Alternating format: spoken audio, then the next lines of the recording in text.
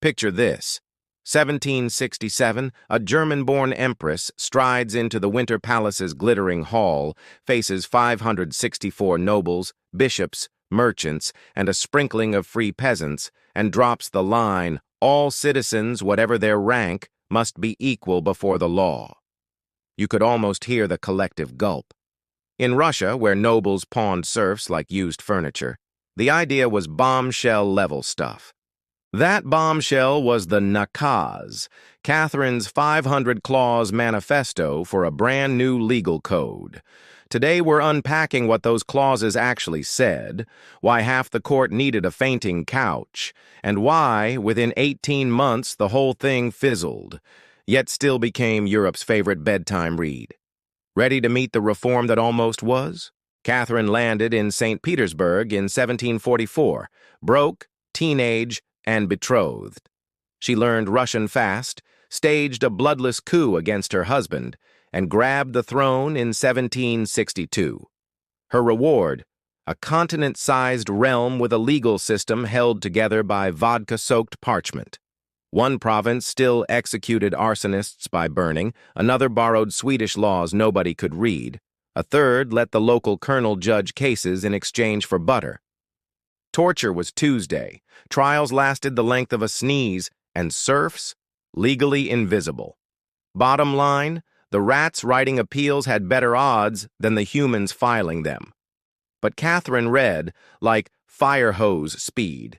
Montesquieu, Beccaria, Voltaire's snarkiest pamphlets, all bedside favorites. She mailed Diderot a fur coat when Paris turned cold and bought his library just to loan it back. These ideas weren't coffee shop chatter, they were midnight brain fireworks. Could law be a science? Could a monarch stay strong by tying her own hands? She decided to find out by ordering a new code, written by elected delegates, guided by her own philosophical fireworks show, the nakaz. The 1767 print run opens with a jaw-dropper. The sovereign is absolute, but the law is the safeguard of the people. Translation, I'm still the boss, I just choose to wear velvet gloves. Then come 22 chapters and 526 clauses of pure shock value. Highlights, torture, gone. Truth is not wrung from the body. Death penalty, only for wartime treason. Punishments must fit the crime. No more hanging kids for crusts of bread. Laws must be clear, public, and apply to prince and pot scrubber alike. Serfdom is blasted as inimical to human nature, though the S-word never appears. Printers in London, Paris, and Philadelphia cranked out pirated copies. The nakaz became a transatlantic hit, while back home, fewer than 1 in 20 Russians could read the thing. July 30th, 1767. 564 delegates shuffle into the palace, clutching grievances on birch bark, parchment, even a Cossack's shirt cuff. Nobles, priests, townsfolk, state peasants, Siberian shamans, everybody gets a seat. Debates are public, transcripts roll off the presses, and for a heartbeat, Russia has the most transparent legislature in Europe. Then the honeymoon ends. Nobles panic over losing control of their human property. Merchants dread losing tariff perks. Bishops smell heresy in every clause. And everyone keeps asking the awkward question, if we're all equal, who empties the chamber pots? Months melt into squabbles, fines or flogging for adultery, tax vodka by the bucket or by the gulp. Meanwhile, Russia's at war with the Ottomans. Soldiers need rubles, not rhetoric. In December 1768, Catherine quietly locks the doors. The commission never meets again. No code, no fanfare. Catherine doesn't toss the Enlightenment, she dices it into bite-size edicts. 1775, 50 new provinces with elected assessors. 1785, a noble's-only charter, cementing the very hierarchy she'd questioned. 1785, towns get limited self-rule, birthing a middle estate.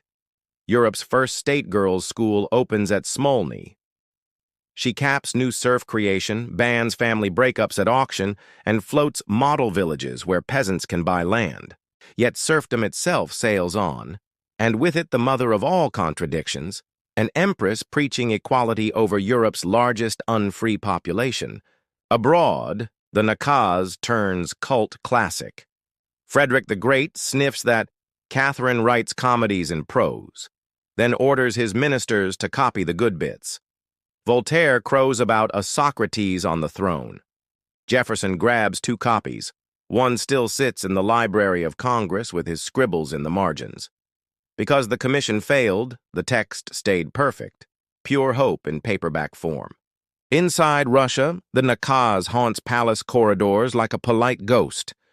Future rebels, Radishchov, the Decembrists, even the committee that freed the serfs in 1861, quote it like holy writ. Handwritten copies pass from student to student under police noses. Every generation trips over the same riddle.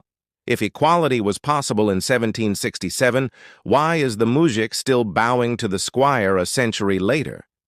Catherine herself foots the emotional bill. "I have ruled over slaves too long to free them in a day," she writes to a friend. Free 20 million serfs overnight, she fears, and the empire snaps. Each time she signs a charter bolstering noble privilege, a piece of her Enlightenment self winces. She dies alone in 1796, stroke-struck, surrounded by 15,000 books whose promises she couldn't quite keep. If you're hooked on these almost revolutions, hit subscribe and join thousands who watch weekly trips through history's sliding doors. Drop a comment. Could any 18th century ruler have axed serfdom without toppling their throne? Or was Catherine right to hedge? Your take shapes the next episode. Modern Russia still juggles the same riddle: how to chain power without breaking order. The nakaz reminds us constitutions aren't spells. They stick only when society, wallets, and everyday habits line up. Catherine's flop is a warning. Lofty words without muscle can entrench what they aim to erase. Yet even failed words plant seeds. Every time a courtroom asks, "Who is the law for?" that 1767 voice murmurs back. So what did Catherine's speech on reform really win her? On parchment? Everything. Equality, fair trials, schools for all. On the ground, almost nothing. No code, no freed serfs, no lasting parliament. Still, the nakaz slipped across borders and centuries, a reminder that ideas hate staying buried under palace ice. The commission never reconvened, but the conversation about law, equality, and the limits of power won't shut up. If you enjoyed this tour of the revolution that almost happened, share it with a fellow history nerd, tap like, and I'll catch you next week when we chase how the Haitian Revolution flipped the same Enlightenment into the first modern Black Republic. Until then, keep asking awkward questions. History loves the curious.